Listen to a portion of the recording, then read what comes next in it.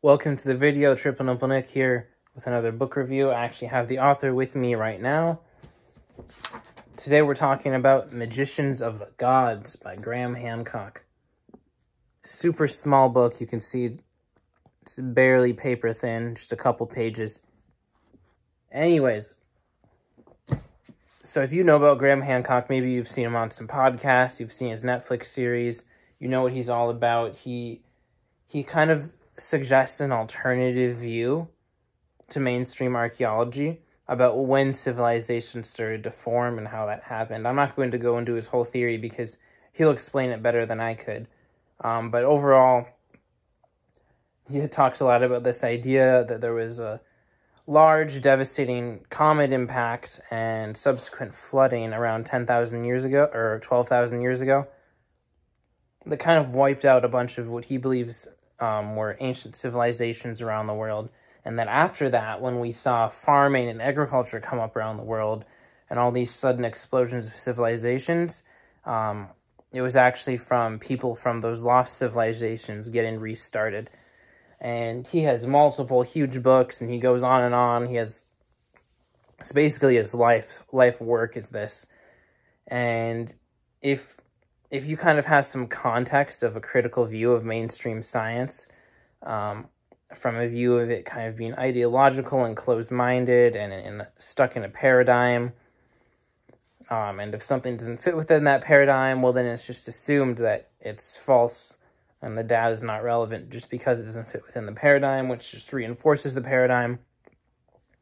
And maybe you kind of have this understanding from the medical system if you're interested in holistic health, or within academia. Maybe you don't really resonate with the ideas of scientific materialism and kind of reductionism, and you're more of a holist, and you don't want to break everything down into atoms and say that physical material things are the source of and the base of everything.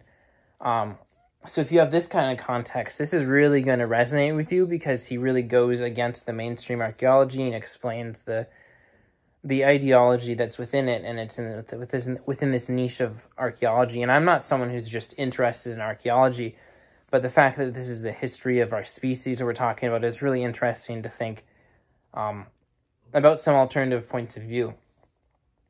And of course, he does make a lot of jumps. He does speculate a lot, but at the end of the day, you don't need to just read this and hold this as a theory. It's not supposed to be definitive proof, although if you really looked into it, you might be really, really convinced.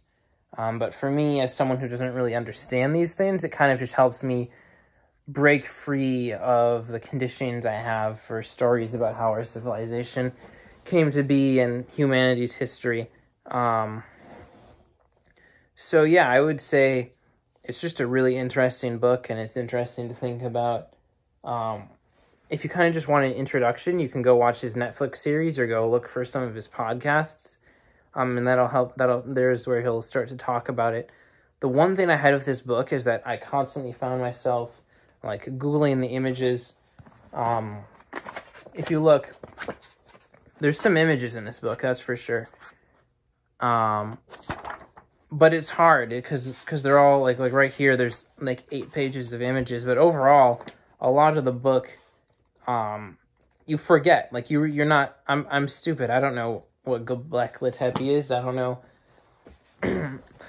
I don't know how to hold the image in my mind when I'm reading something. It's always a huge book. You can't be constantly checking what something looks like. And so that's why I really like his Netflix series. I don't really use it. I actually just watch like 1 or 2 episodes, but I think maybe if I hadn't read this book yet and I just wanted to learn about his things, I would go to that because everything's right in front of you.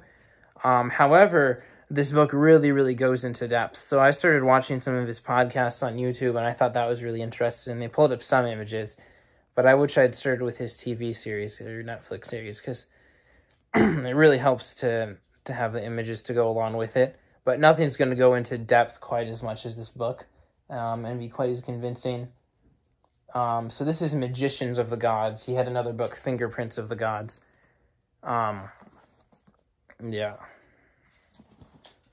So, is this book going to do anything for you? No, not really. It's not that practical. But It can be interesting to learn about humanity's history and to grow your understanding about that. So if that's something that interests you, I'd highly recommend this book. Leave any comments if you got any questions. Bye.